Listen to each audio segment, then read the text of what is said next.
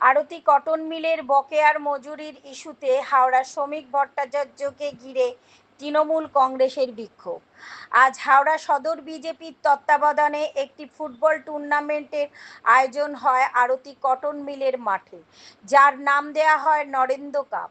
এই টুর্নামেন্টের প্রধান অতিথি হিসাবে বিজেপির সভাপতি শ্রমিক ভট্টাচার্য আসেন।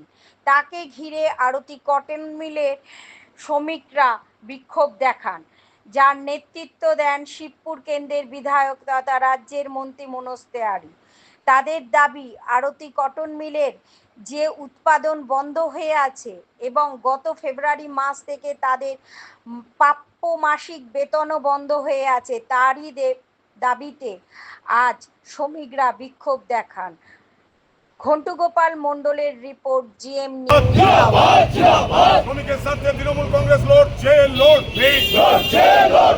অবিলম্বে আরতি কটন মিলের উৎপাদন চালু করতে হবে, অবিলম্বে আরতি কটন মিলের বকেয়া বেতন দিতে হবে, আরতি কটন মিল বন্ধ কাজ স্বার্থে মোদী সরকার জবাব দাও, আরতি কটন মিলের শ্রমিক বোনাস পাচ্ছে না কেন বিজেপি জবাব দাও, আরতি কটন মিলের শ্রমিক গ্র্যাচুইটি পাচ্ছে না কেন বিজেপি সরকার জবাব দাও, কেন উৎপাদন চালু হচ্ছে না বিজেপি সরকার জবাব দাও, আরতি কটন মিল 5 বছর বন্ধ কেন কেন্দ্রীয় সরকার জবাব দাও, জনবিরোধী নীতির বিরুদ্ধে সমস্ত শ্রমিক এক হও, অবিলম্বে আরতি কটন মিলের উৎপাদন চালু করতে হবে, অবিলম্বে আরতি কটন মিলের বকেয়া বেতন দিতে হবে, ভুকা শ্রমিকের ভুকা মেরে খেলা যায় না, যাবে না, ভুকা শ্রমিকের পেটে লাথি মেরে ফুটবল খেলা যায় না, যাবে না, মিলের মাঠে খেলার নামে শ্রমিকের পেটে লাথি মারা যায় না, যাবে না,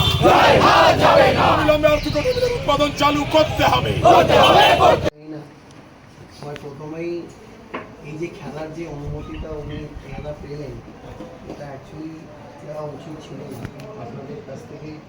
আমার মনে হয় ম্যানেজার বারণ করেছিল, তারপরে উপর থেকে হয়তো পারমিশন নিয়ে এসেছে। সেটাই মানে শ্রমিকের যা কষ্ট দুঃখগুলো তো আমরা দেখতে পারবো, আপনারাও দেখতে পারবেন না, যেন আপনারা সকলেই তো মানুষ, আমরা সবাইকে একই চোখে দেখি। তাদের কষ্ট মানে আমাদের কষ্ট, এর মধ্যে রাজনৈতিক মানে কোনো চিন্তা ভাবনা নেই। তারা এসেছে বলেই এই দাবিটা আপনাদের সামনে রাখা।